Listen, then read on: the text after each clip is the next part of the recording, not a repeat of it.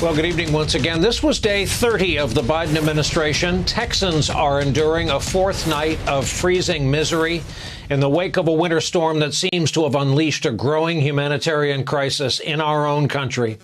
An act of God followed by an abject failure by man. Meantime, tonight, one man, Ted Cruz, is getting a whole lot of attention, none of it good, for leaving on vacation in Cancun before thinking better of it after one night at the Ritz-Carlton. More on his story in just a bit. While the power is back on in all but about 350,000 homes, and that's a lot, but it's not 5 million.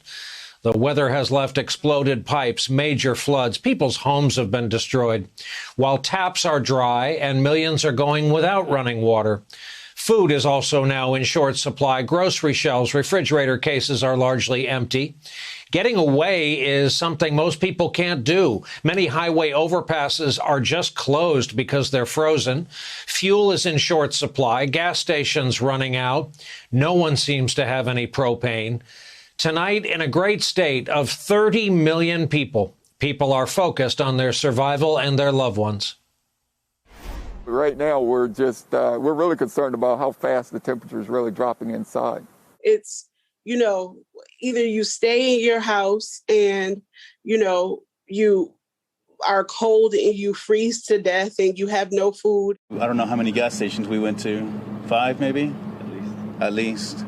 And we haven't been able to find fuel. We only have like 2 cases of water left, so we're trying to divide it between 2 families. There are still folks in danger. There's still people without power. And there are a lot of people who simply can't afford to go into the stores. So we're trying to do mass distribution sites. But things are real tenuous for a lot of people in the city. Our friends at the Texas Tribune report things could have been worse if such a thing is possible. Officials say the state was, quote, seconds and minutes away from a power grid failure that could have caused a months-long blackout. This week's weather has been deadly. Some 30 people have lost their lives. The feds are now stepping in to help. The president today authorized FEMA to supply Texas with generators and water and blankets and the like. Which brings us somehow to Senator Ted Cruz, who, as we said, flew to Cancun, Mexico, as his constituents were freezing. It was late last night when the pictures started showing up on social media.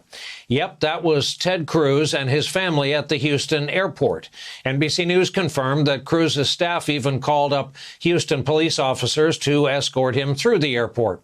New York Times reports that his wife Heidi sent text messages out to friends in the neighborhood saying, quote, their house was freezing, as Ms. Cruz put it, and she proposed a getaway until Sunday. Ms. Cruz invited others to join them at the Ritz-Carlton in Cancun, where they had stayed many times, noting the room price this week, $309 per night, and its good security.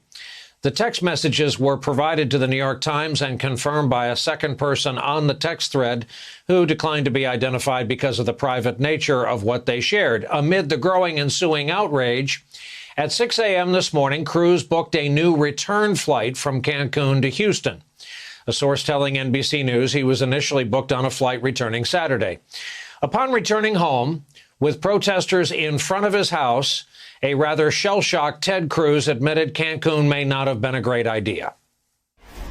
We left yesterday. The plan had been to stay through the weekend with the family. That was the plan. And I have to admit, the last week's been tough on a lot of folks. Our girls, when they got the news that school was canceled this week, they said, look, why don't we take a trip? Let's go somewhere where it's not so cold. And Heidi and I, this had been a tough week, and this has been a tough year for kids all across the state of Texas. And so we were trying to be good parents and said, okay, we'll do it. And so we booked the flight. I have to admit, I started having second thoughts almost the moment I sat down on the plane.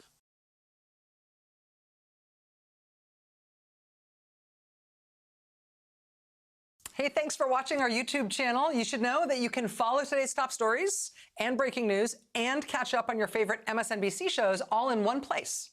Download the NBC News app today.